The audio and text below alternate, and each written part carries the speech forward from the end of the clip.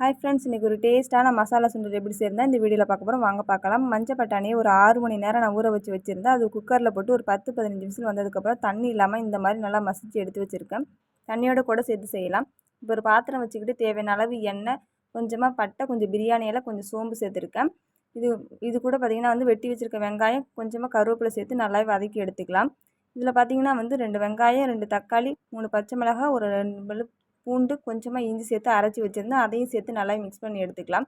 மசாலா பார்த்திங்கன்னா கொஞ்சமாக மஞ்சள்தூள், கொஞ்சமாக மிளகாய்த்தூள், கொஞ்சம் மல்லித்தூள், கொஞ்சமாக கரம் மசாலா சேர்த்துருந்தேன். அதையும் சேர்த்து நல்லா மிக்ஸ் பண்ணி எடுத்துக்கிட்டு கொஞ்சமாக தண்ணி ஊற்றி தேவையான அளவு உப்பு போட்டுக்கிட்டு நம்ம எடுத்து வச்சுருக்க சுண்டலையும் சேர்த்து நல்லாவே மிக்ஸ் பண்ணி விட்டுக்கலாம்.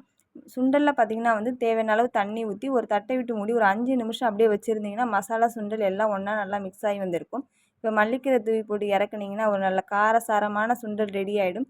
வீடியோ பிடிச்சுன்னா மறக்காமல் நம்ம சேனலை சப்ஸ்கிரைப் பண்ணிக்கோங்க. தேங்க்ஸ் ஃபார் வாட்சிங்.